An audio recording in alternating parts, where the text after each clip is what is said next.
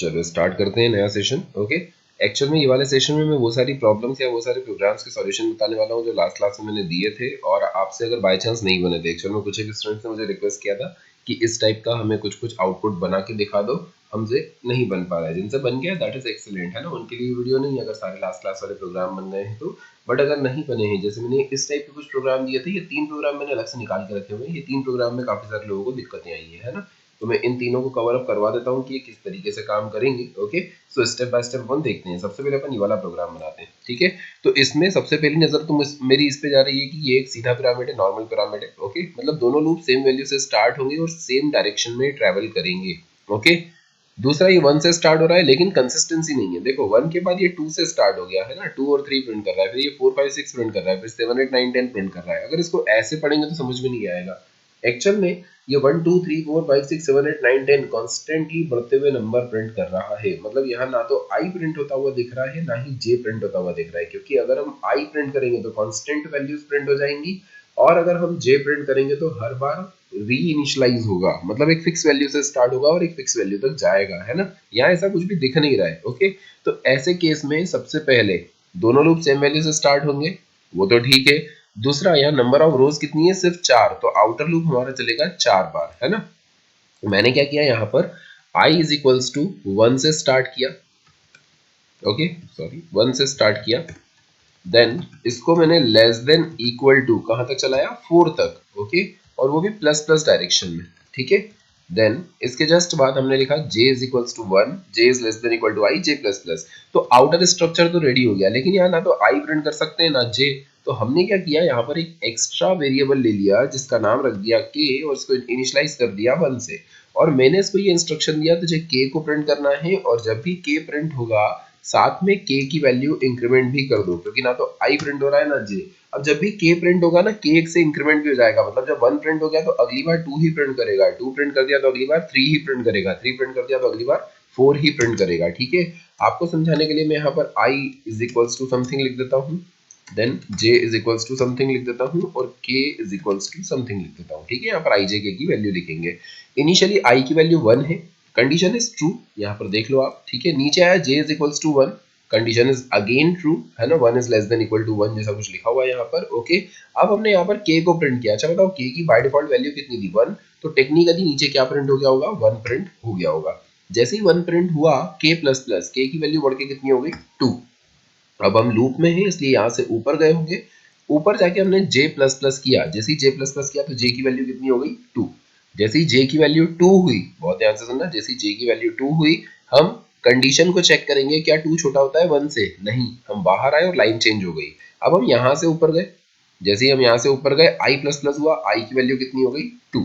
जैसे ही i की value 2, हम नीचे आए, j विल बी रीइनिशियलाइज बाय 1, इससे k को कोई फर्क नहीं पड़ा। ओके, अब ये चेक कर रहा है 1 is less than equal to 2, है ना, कंडीशन इज ट्रू, इसलिए ये k को प्रिंट करेगा, कितना प्रिंट करेगा, 2। ओके, आपको याद होगा लाइन चेंज हो गई थी, ठीक है। देन वापस से ऊपर जाएगा, j की वैल्यू कितनी कर दे, सॉरी, जैसे ही k को 2 को प्रिंट करेगा, नीचे आएगा k प्लस प्लस, k कितना हो जाएगा, 3।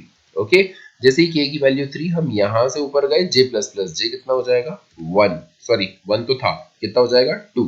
जैसे ये 2 हुआ, यहाँ पर कंडीशन चेक करेगा, 2 is less than equal to 2, condition is true, नीचे आएगा और k को प्रिंट करेगा, कितना प्रिंट करेगा, 3।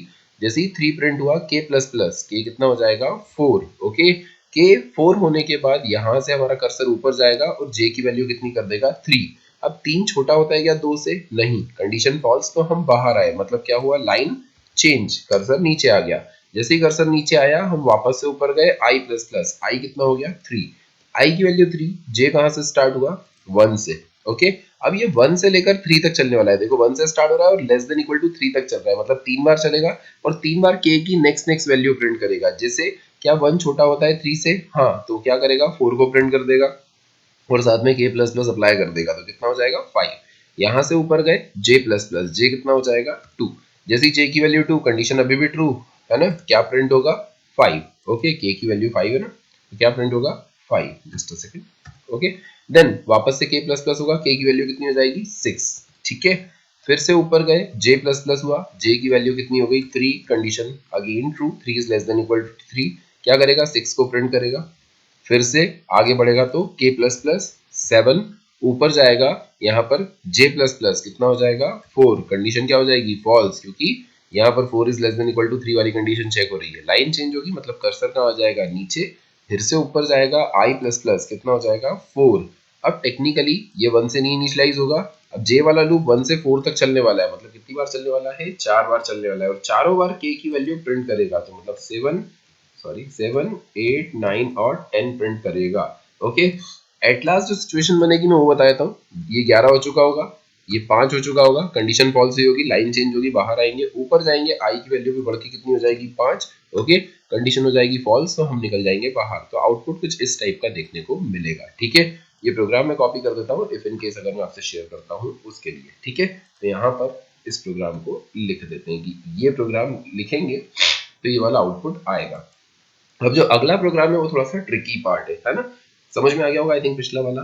ये जो अगला प्रोग्राम है ये थोड़ा सा ट्रिकी पार्ट है। क्यों ट्रिकी पार्ट है? क्योंकि इसके अंदर हमें एक पिरामिड नहीं 2 पिरामिड बनाने हैं। ओके, एक तो यहाँ पर स्पेस वाला पिरामिड बन रहा है जिसमें पहली लाइन पर 4 स्पेस, फिर 3 स्पेस, फिर 2 स्पेस और फिर 1 स्पेस यहाँ पर अवेलेबल है। लास्ट लाइन पर स्पेस नहीं है।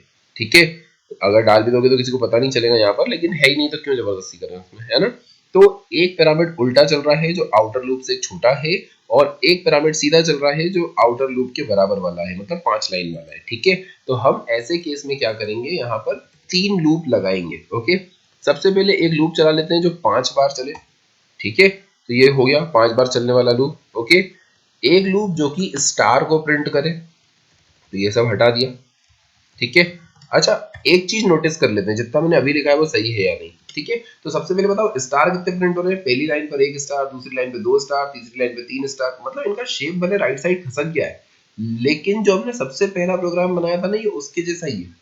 देखो ये इसके जैसा, पहली लाइन पर 1 स्टार, फिर 2 स्टार, फिर 3 स्टार, फिर 4 स्टार, फिर 5 स्टार, मतलब हम जिस नंबर की रो पे खड़े हैं उतने स्टार हमें प्रिंट करना है। ठीक है, और नंबर ऑफ रो को कौन रिप्रेजेंट करता है, आई। तो हमने आई को 5 बार चलाया और जे को आई तक चलाया। इसको रन करके दिखा देता हूं वैसे एक बार।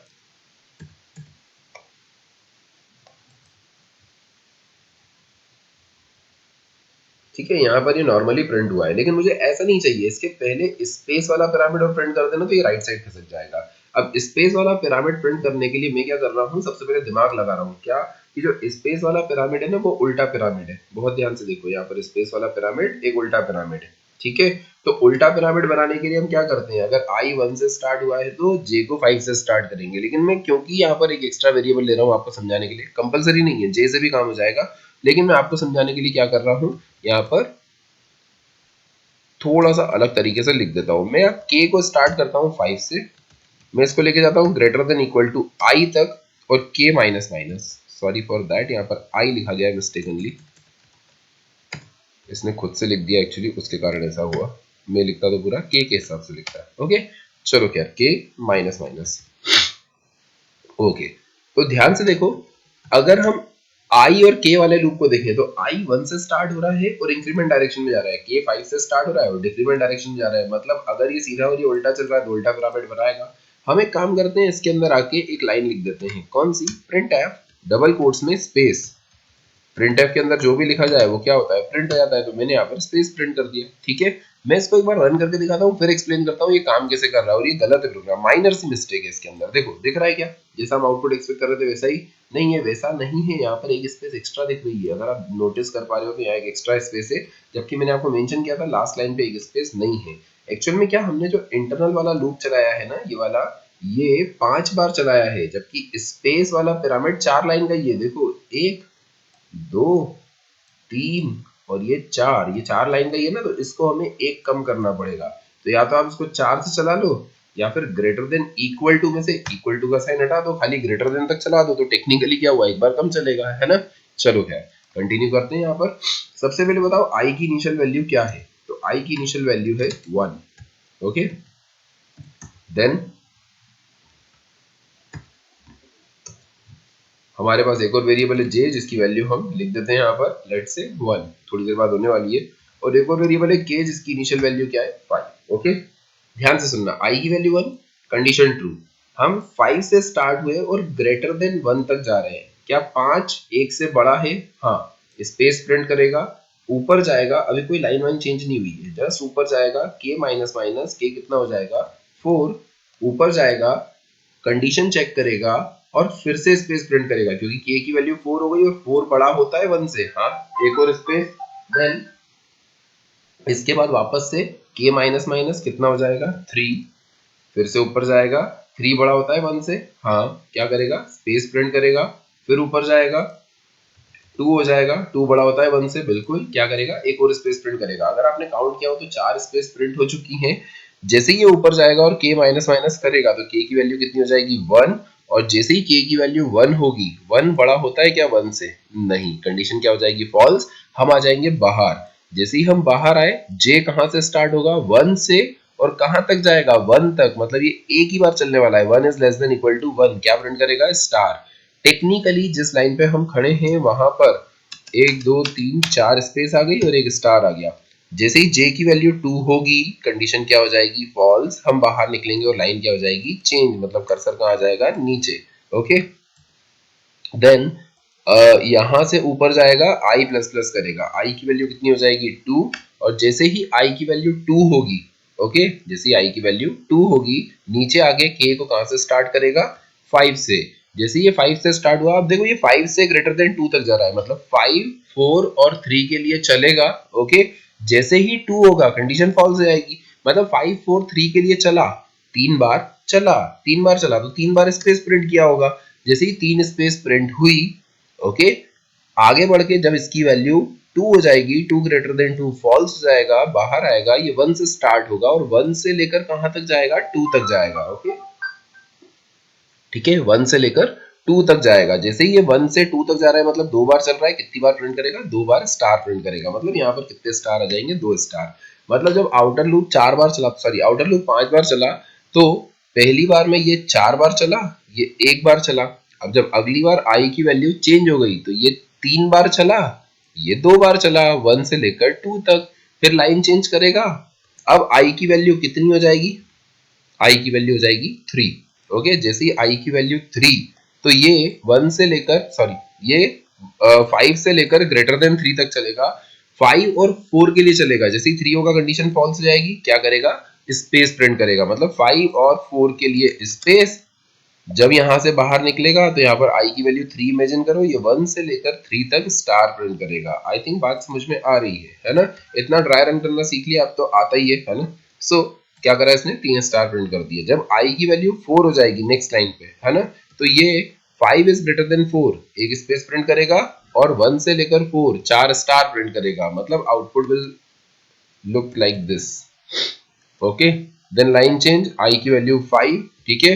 लास्ट लाइन को देख लो, क्या 5 बड़ा होता है 5 से, नहीं, पहली बार में ही कंडीशन फॉल्स, तो स्पेस प्रिंट ही नहीं होगी, बाहर आ जाएगा।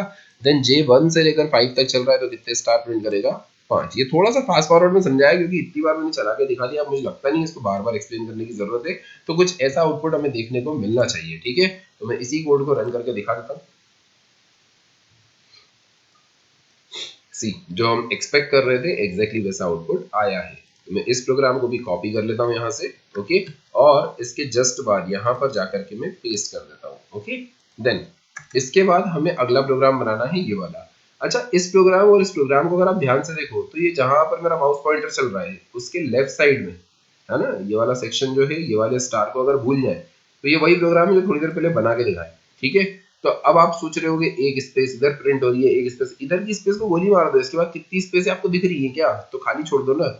आप काउंट करो, पहली लाइन पर कितने स्टार, एक, दूसरी लाइन पर कितने स्टार, 3, देन 5, देन 7, देन 9, ये ऑड नंबर में बढ़ रहा है, देखो 1 3 5 7 9, ऐसा कुछ है ना।